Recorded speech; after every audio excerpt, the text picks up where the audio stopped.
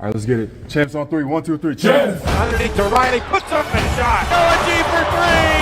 Oh, yes, okay. Yes, sir. Oh, wow. Trailblazers. Welcome to Trailblazer Tip-Off. Ball game. Trailblazers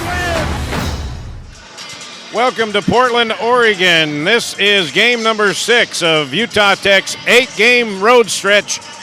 Utah Tech and the Portland State Vikings. Hi there, everybody. Rod Zundel. Glad to have you aboard tonight. This is the first ever meeting between Utah Tech and Portland State. Trailblazers, of course, looking to get their second straight win after getting the win last Tuesday night in Missoula in the final game of the Stu Morrow Classic. They got a 14-point win over the Denver Pioneers. Also, Portland State, they're looking for their second straight win as well.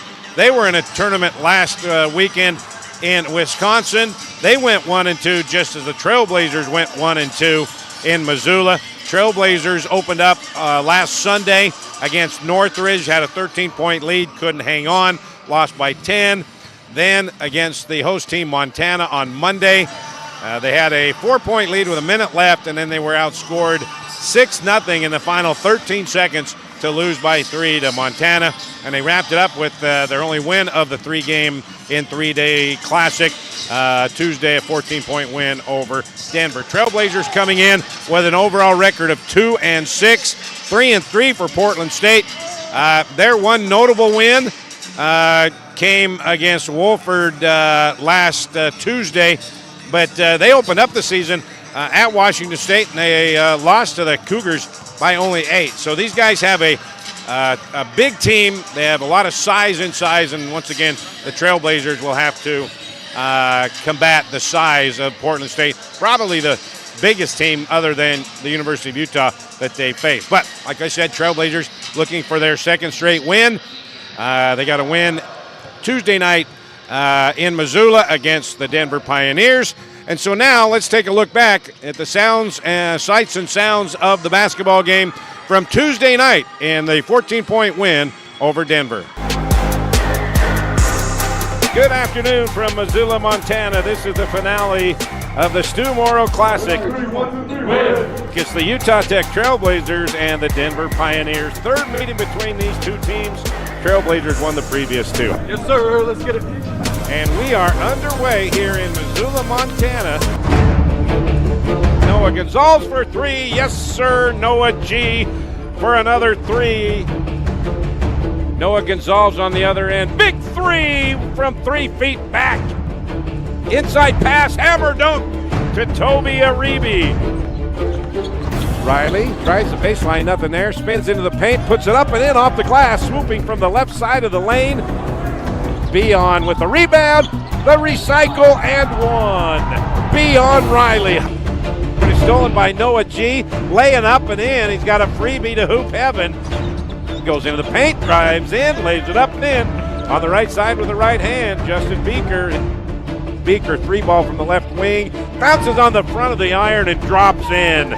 Justin Beaker. And that'll do it. Trailblazers wrap up the Stu Morrill Classic. 68-54 win over the Denver Pioneers, the second win of the season for Utah Tech.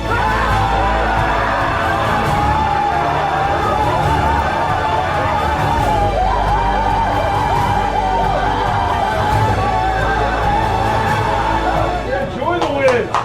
Enjoy the win. Okay, good job. Good job.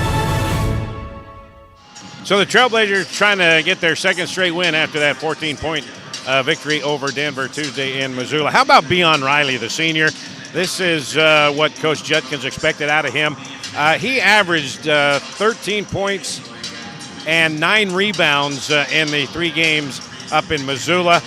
He's had back-to-back double-doubles, 18 points, 10 rebounds against Montana, 18 points, 11 rebounds against Denver, and that is the first Trailblazer to have back-to-back double-doubles in their Division I era. So Beon Riley, after struggling with his shot for most of this early part of the season, he's really starting to find his rhythm now. Another note, Noah Gonzalez, another senior, he only needs 6 more three-point shots made to become Utah Tech's all-time leader in three-point shots. By the way, the Trailblazers, even though they're only shooting 26% from beyond the arc, they lead the Western Athletic Conference in defense against the three-point shot, allowing only 31% from the three-point line from the opposition.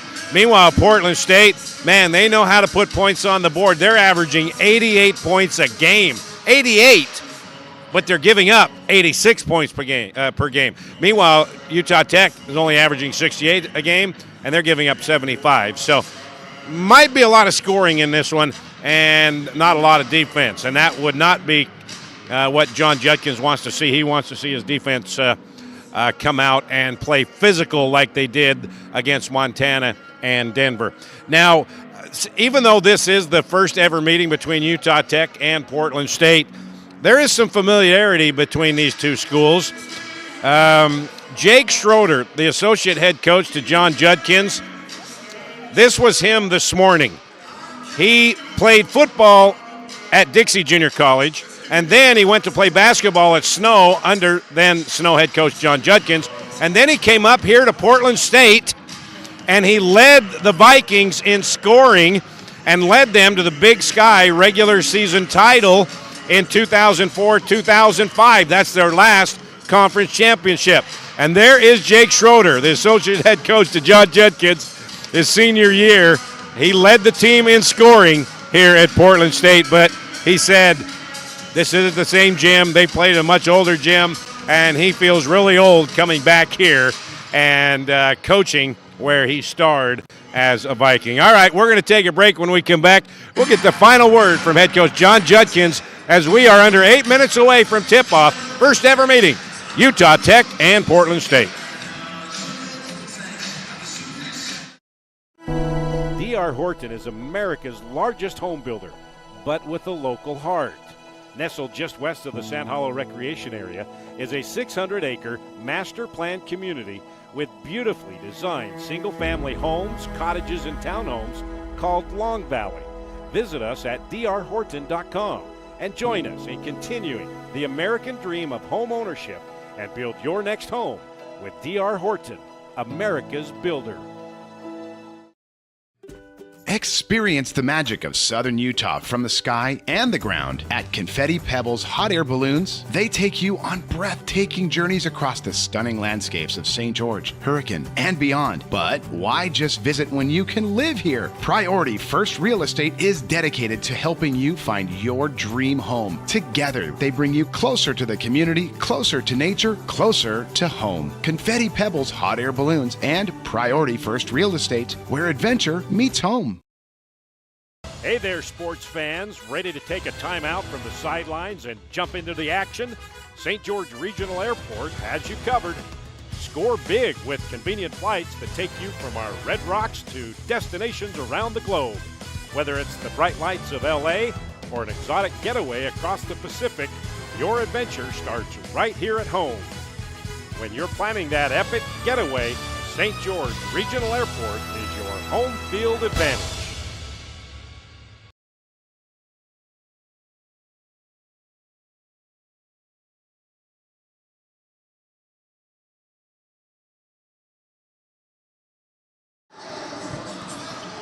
And welcome back to Portland Viking Pavilion. There is Justin Beeker right there, Utah Tech, the transfer from University of San Francisco.